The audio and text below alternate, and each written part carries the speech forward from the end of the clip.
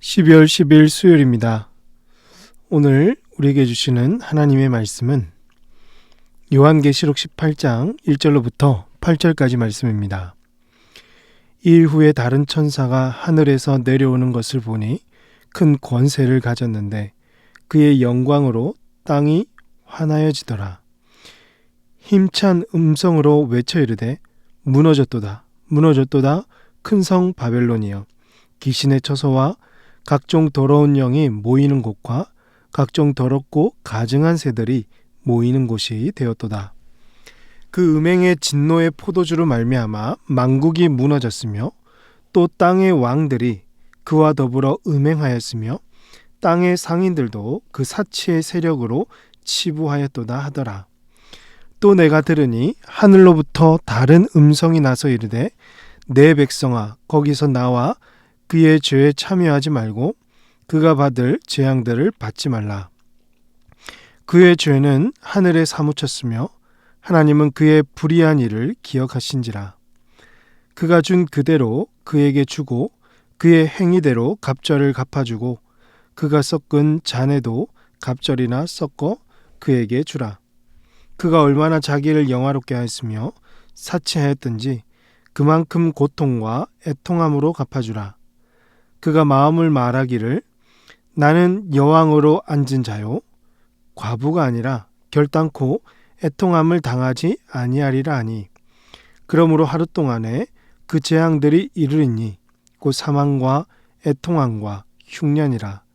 그가 또한 불에 살라지리니 그는 심판하시는 주 하나님은 강하신 자이심이라. 아멘. 요한계시록 17장에서 큰 음녀의 멸망을 보았다면 오늘 본문 18장은 큰 성 바벨론의 멸망을 선포하고 있습니다.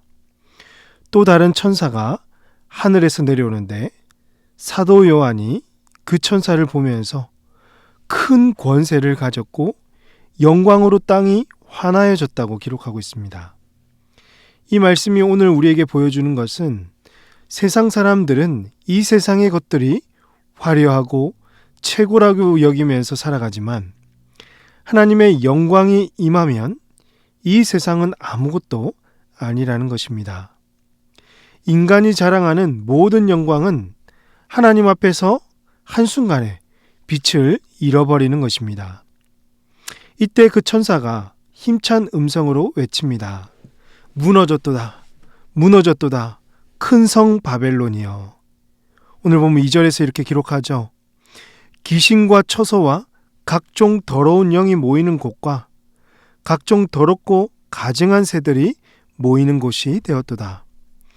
두 번이나 반복하면서 무너졌다 무너졌도다 라고 외치는 것은 바벨론의 멸망이 반드시 이루어질 것임을 강조하고 있습니다. 여기서 바벨론은 단지 역사적 바벨론만을 의미하지 않습니다.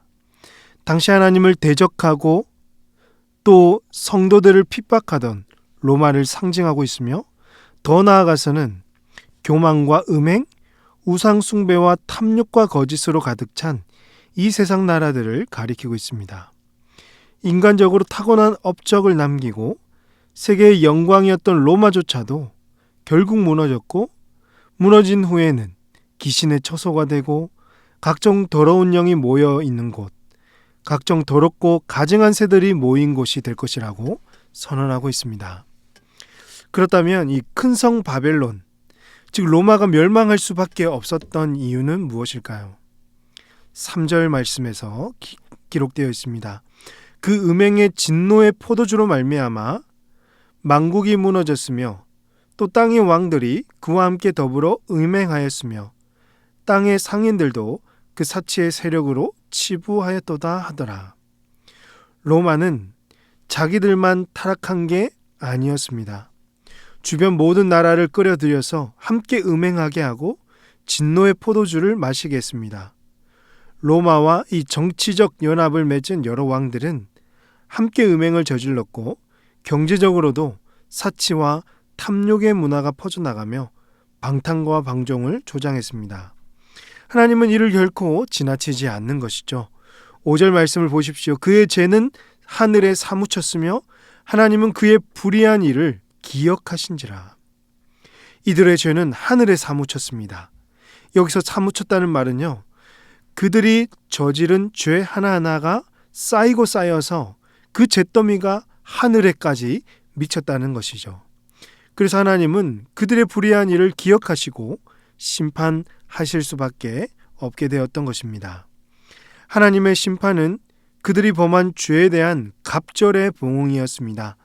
6절에서 그가 준 그대로 그에게 주고 그의 행위대로 갑절을 갚아주고 그가 섞은 잔에도 갑절이나 섞어 그에게 주라 라고 기록되어 있죠.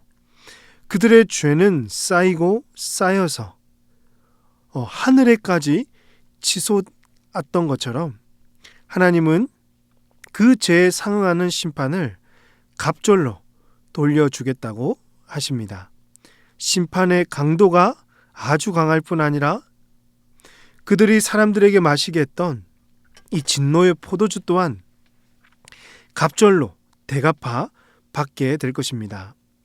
로마는 사람들로 하여금 하나님보다 자기 자신들을 경배하게 만들었고 가능한 한 모든 방식으로 사치를 행하며 자신의 영광을 드러냈습니다. 그러나 하나님은 말씀하십니다. 그렇게 높아지고자 했던 만큼, 그렇게 사치를 누리려 했던 만큼 고통과 애통으로 대갚아주라고 말씀하시죠. 로마는 스스로 강하다고 여기며 우리는 여왕과 같다. 그래서 슬퍼할 일도 없고 부족한 것도 없다고 자신만만하게 말했습니다. 교만과 방종의 그치였죠. 그런 하나님은 이 교만한 자들을 단 하루 만에 사망과 애통함과 흉년의 고통 속으로 떨어뜨리실 것이라고 선언하십니다. 불로 심판하실 것입니다. 이 모든 심판을 수행하시는 분은 온 땅의 주시오 강하신 주 하나님이십니다. 하나님은 그 죄를 낱낱이 밝혀내시고 그에 합당하게 보응하시는 공의로우신 하나님이신 것입니다. 이처럼 오늘 말씀은 분명 이 바벨론의 멸망을 선포하는 말씀이지만 더 중요한 하나님의 메시지가 있습니다. 그것은 그 멸망 가운데에서 하나님께서 자신의 백성을 건지시기 위해 부르신다는 사실입니다. 4절 말씀을 보십시오. 또 내가 들으니 하늘로부터 다른 음성이 나서 이르되 내 백성아 거기서 나와 그의 죄에 참여하지 말고 그가 받을 죄악들을 받지 말라. 하늘에서 또 다른 음성이 나와서 하나님의 백성에게 거기서 나오라고 외칩니다. 더 이상 죄에 물들지 말고 그들이 받을 심판에 동참하지 말라고 경고하십니다. 하나님은 심판을 통하여서 자신의 백성을 세상으로부터 구별하시고 세상의 죄악과 결별하라고 촉구하십니다.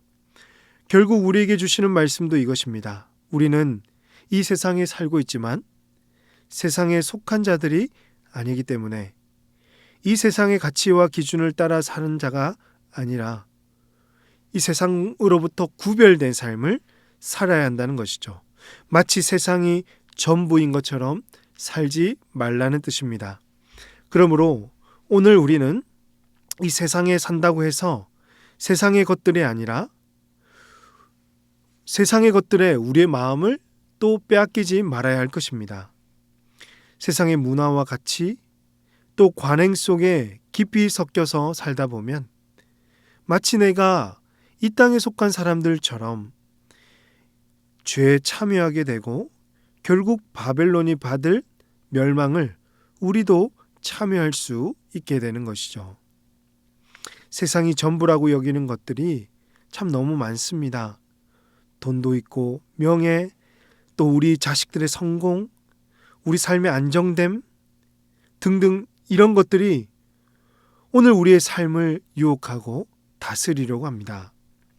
분명 그것이 있다면 감사의 제목이 될 수는 있지만 인생의 전부는 결코 아니라는 것이죠. 이 모든 것은 하나님이 주신 은혜이며 선물입니다.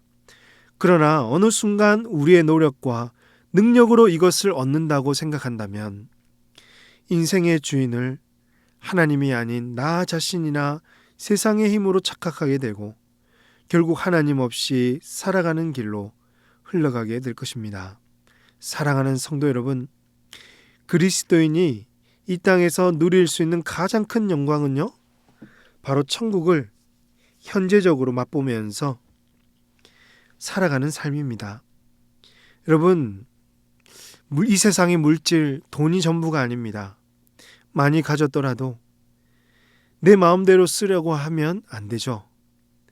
하나님이 기뻐하시는 일에 사용해야 할 것입니다. 말씀과 기도로 이 세상을 분별할 수 있는 눈이 열려야 됩니다. 우리가 붙들고 의지하고 따라야 할 분은 오직 위대하고 강하신 우리 주 한 분밖에 없습니다.